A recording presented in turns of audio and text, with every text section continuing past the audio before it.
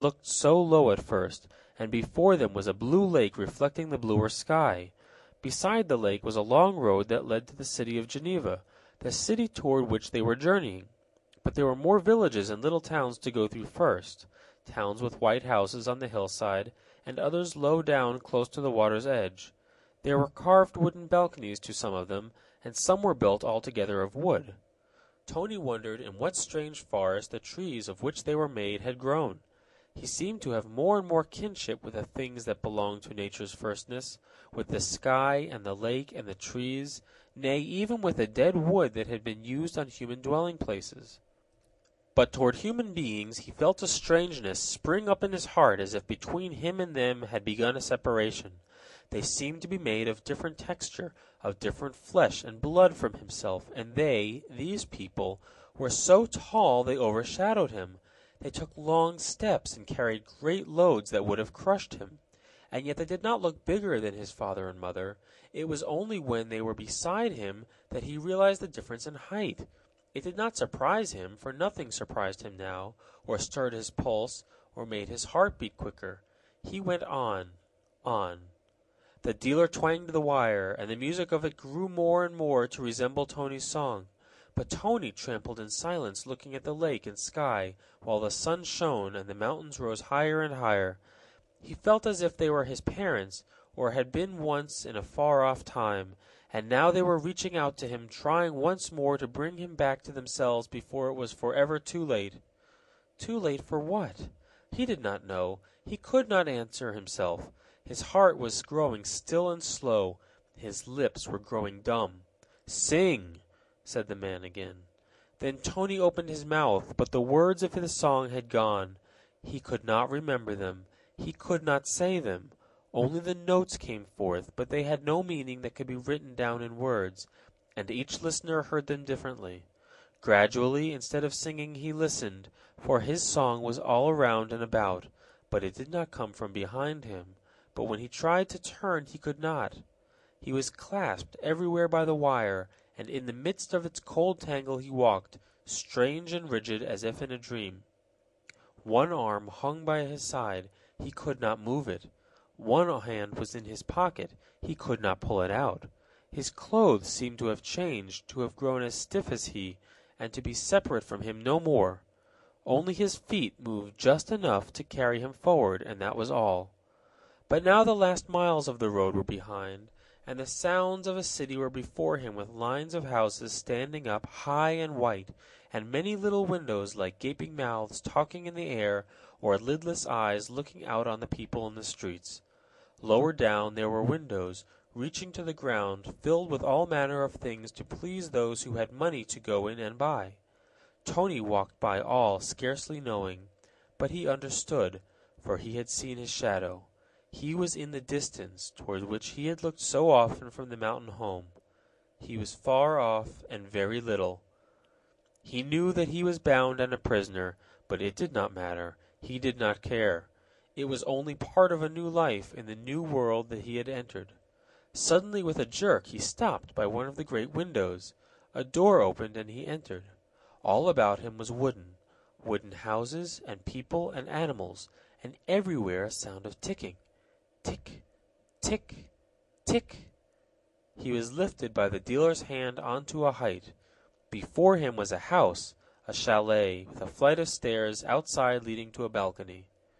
"Go up," the dealer said, and slowly, stair by stair, he went, his feet growing stiffer and stiffer with every step upward. He rested on the balcony. There were two little doors leading into the house. They opened suddenly and disclosed a little room behind. In the room waiting, surely waiting for him, was the strange little woman Tony had seen his father take from the block of wood. He remembered that he used to be afraid of her. How foolish he had been! Now he was afraid of nothing. He took his place beside her. He felt that they would never be apart again unless great change or sorrow came. Surely it was like marriage. He saw that the little woman was as big as he. Had she grown? Or had he... But he could not think or reason. He was jerked back, the wire twanged, the doors closed, and all was still. He was in the darkness waiting, too, but for what or how long he did not know. All time was the same to him, he could measure it no more. In the distance he heard other wires twanging, and presently the melody of his song came from many directions, as though the place were full of it. He could hear the people in the street, they hummed it as they passed by.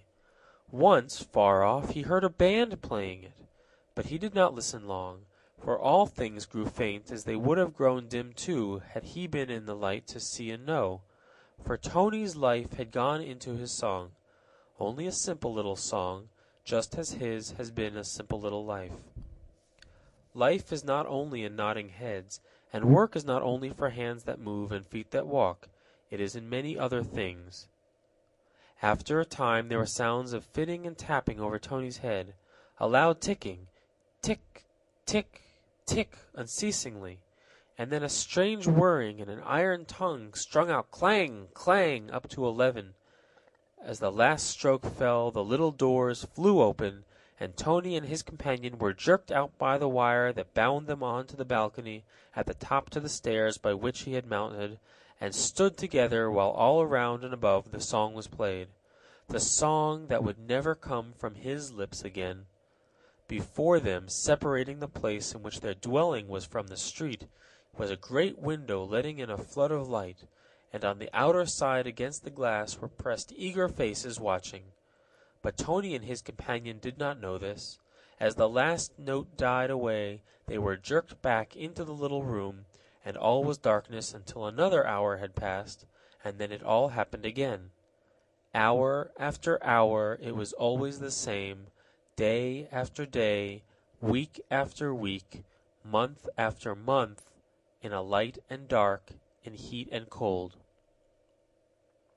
Two weary faces once were pressed against the window, those of a woman and a man, and as the doors opened and the two little figures came forth on the clock and stood while the song was played, the woman cried, "It is Tony! It is Tony! It is his song!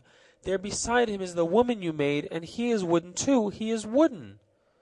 "Thou art dreaming," said the man. "Tony is gone into the world, and we will go and seek him." "No, no!" the woman cried in despair. "His song has gone into the world, but Tony is there!" And she pointed to the clock. "He is wooden! He is wooden!" The man looked long and silently. "He had always a wooden head," he answered slowly. "Maybe the rest of him has gone wooden too, for he did not move enough to keep quickened. But he was useless," he added, trying to comfort his wife. "Didst thou not say thyself that his song would work instead of his hands, and journey instead of his feet?" "Oh, that was well enough for those who did not love him," said the mother, "but it does not comfort me.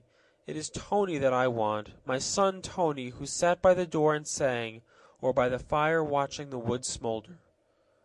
While she spoke, the song ceased. The figures were jerked into the darkness, and the doors closed. Before the man and woman lay the long road and the weary miles that led back to the village and the mountains. End of Wooden Tony. Recording by Scott Sherris, Atlanta, Georgia, USA. End of Anyhow Stories, Moral and Otherwise, by Lucy Lane Clifford.